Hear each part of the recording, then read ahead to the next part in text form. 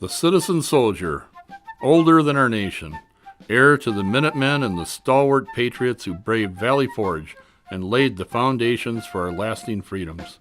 American men and women have taken time out from their daily lives to don their country's uniform in service to their community, country, and fellow citizens. On April 19, 1861, just days after the first shots of the Civil War were fired, the call went out for volunteers for Mr. Lincoln's Army. Men from Winona and the surrounding countryside assembled at Huff's Hotel at the corner of 3rd and Johnson Streets to muster into the newly organized Winona Volunteers. The volunteers were to see action in several major engagements, including Bull Run and Gettysburg, the first of a long line of Winona volunteer companies to serve the nation under fire. Around the turn of the last century, across the country, local volunteer military units were reorganized as the National Guard. Under the authority of each state's governor during peacetime, National Guard units are trained to the same standards and with the same weapons as members of the regular armed forces and serve as part of the regular military in time of war. To accommodate this training, a new modern armory building was proposed and dedicated in the spring of 1915. The armory is built on a 60-foot wide lot on Johnson Street, across the street from the Opera House on the streetcar line. The property was purchased from the V. Simpson Company at a cost of $5,000. The armory is built of pressed brick with a 3-story front. In the basement, there will be a shooting gallery, lockers for a full company of 76 men, with showers, a storeroom, a kitchen, and a dining hall. The first floor will have officers' quarters, the company room, and a first-class drill floor, 120 by 60 feet in size, 2 stories in height, and surrounded by a balcony on 3 sides. Dormitories for the use of visiting drill sergeants and inspectors of the regular Army and state forces will be located on the 2nd floor. The building will be finished and furnished in a complete and handsome style and will make an inviting home for the members of the volunteers for many years to come. When we were drilling one night a week, we would have classes on sight picture and firing our weapons and taking them apart and maintaining them properly. And we'd also have classes on military courtesy. We'd have drill. Actually be marching on the drill floor. Mm-hmm. It's a fine building. It's a functional building, and I'm glad to see that it was not knocked down for a parking lot. Just looking here, seeing the bricks, I mean, it's very sound, it's very solid, and it has just a ton of history going back to 1915. It's just not military history alone. Mm-hmm. It's a lot of community history, a lot of good times.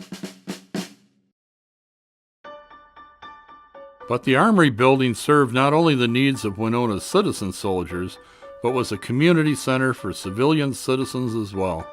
Golden Gloves boxers sparred in the basement, and Winona's community rifle team, the Winona Snipers, practiced their marksmanship on the indoor shooting range.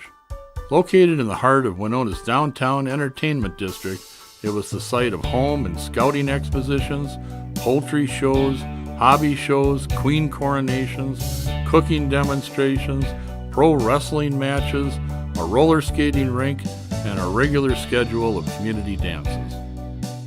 When I was 12 years old, my family moved across the street from the Winona Armory. On the corner of 2nd and Kansas Street, there was Reggie's roller rink. And inside I'd see the teenagers roller skating all the time. And that was my favorite thing to do.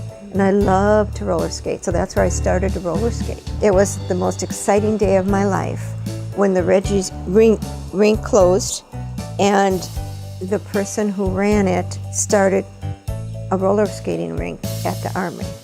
I believe it was maybe 35 cents with a pair of skates. And they had a concession stand with popcorn and soda and candy, and it was wonderful. And I learned to do the two-step, which was my favorite roller skating trick. Of couldn't wait until some boy asked me to waltz, because then they would turn all the lights off and just the mirror ball would sparkle on the floor.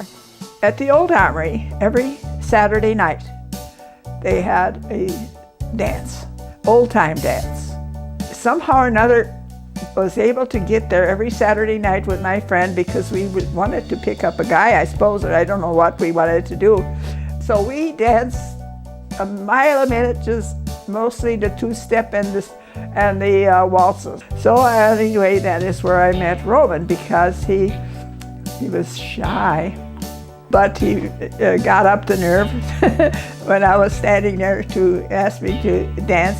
This is how my marriage started. But the old Armory, now, it just had a special place for all these people, because it just had music. They danced and it was full. There was no doubt about it. On May 24th, 1964, near disaster struck when a bolt of lightning hit the armory and ignited the northwest corner of the building. There was heavy smoke in the area, no visible flames that I recall. Next to the north of the armory was the Williams Hotel, very narrow alley, and the same thing was to the east. The old post office was there. Again, a narrow alley with a T, so it was really a dead end as far as heavy equipment goes. So nothing was going in there either. It all had to remain out in the street. In those days, we didn't have self-containing breathing apparatus or nothing. So it was virtually impossible to enter that building at that point. It was basically at the initial point, it was a surround and drown type thing. Anyway, as we approached from various areas, that's how the fire was really extinguished.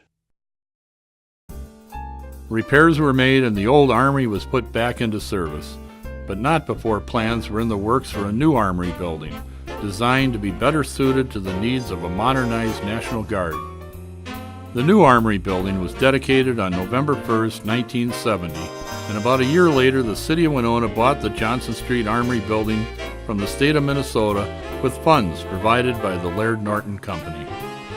The building was subsequently converted for use as the Winona County Historical Society headquarters, archive, and museum, and coincidentally became the single largest historical artifact in the Society's collection.